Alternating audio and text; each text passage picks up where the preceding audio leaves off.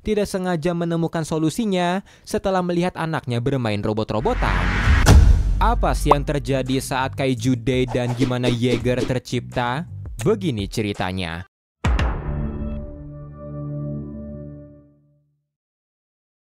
Pada tahun 2013 di San Francisco, Tendo Choi yang nanti jadi CTO-nya PPDC saat ini masih menjadi kru kapal feri yang pergi menuju Angel Island. Tapi ketika kapalnya melewati Golden Gate Bridge, mereka dikejutkan dengan munculnya kaiju pertama yang diberi nama The Trespasser. Teriakan dari Trespasser ini sangat kencang sampai menghancurkan kaca-kaca di kapal ferinya, dan katanya teriakan itu terdengar sampai bermil-mil jauhnya.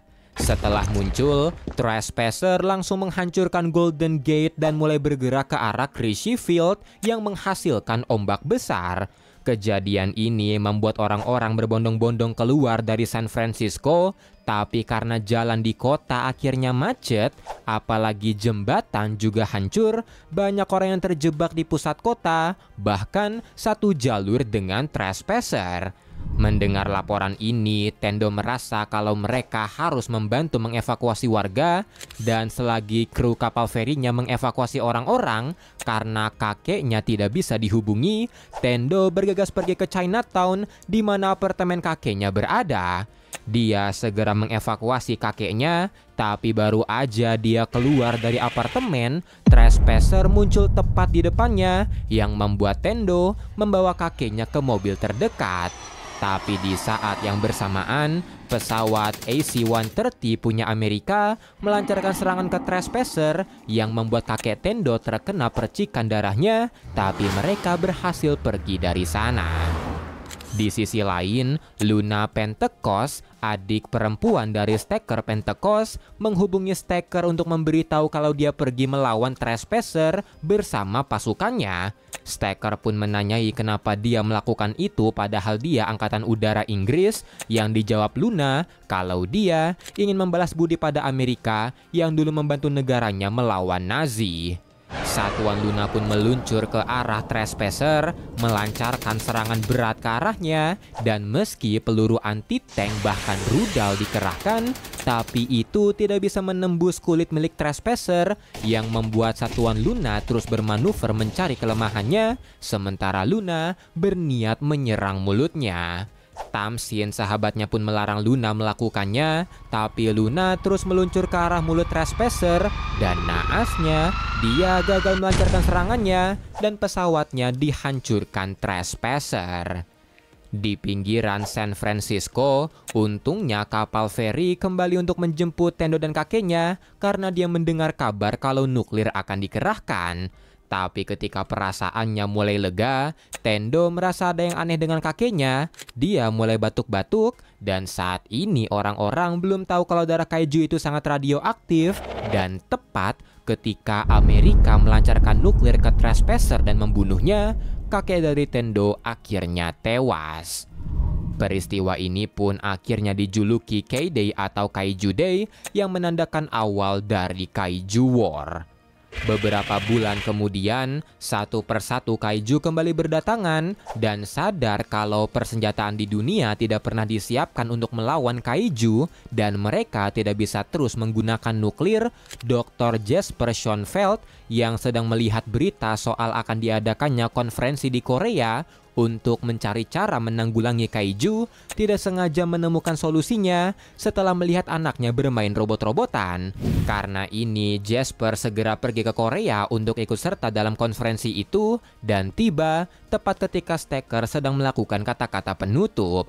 Ketika Stacker menanyai audiens apakah ada solusi untuk kaiju ini, hanya satu orang yang mengangkat tangan, yaitu Dr. Jesper.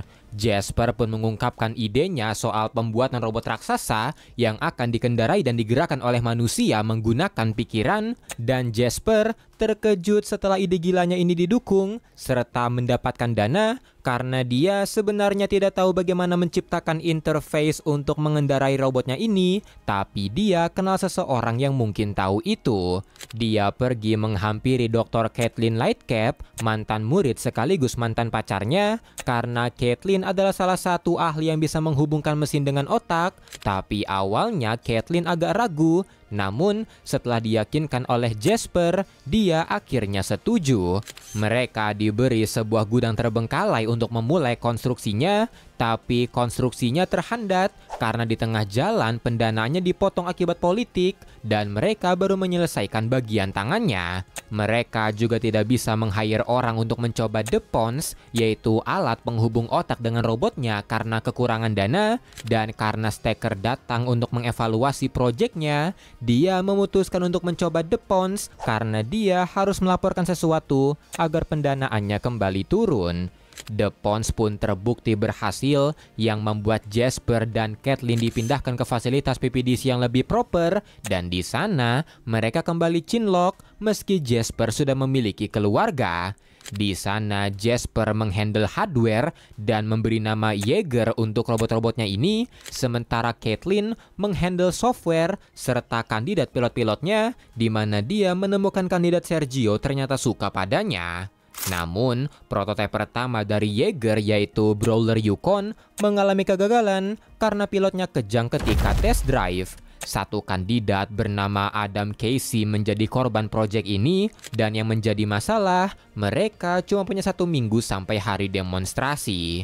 Di momen ini, Kathleen juga semakin dekat dengan Sergio, dan ketika hari demonstrasi tiba, dengan Sergio yang menjadi pilot, semuanya terlihat aman di awal. Sergio berhasil membuat Yeagernya berjalan, tapi masalah akhirnya muncul dengan Sergio mulai kejang-kejang. Kathleen yang mulai suka pada Sergio sekaligus tidak ingin ada pilot Yeager mati di depan sekretaris jenderal segera menolongnya, dan sadar kalau Yeager terlalu berat untuk otak satu orang, Kathleen mengkoneksikan pikirannya ke Sergio, dan karena mereka saling suka, otak mereka akhirnya sinkron yang membuat demonstrasi itu berakhir dengan sukses.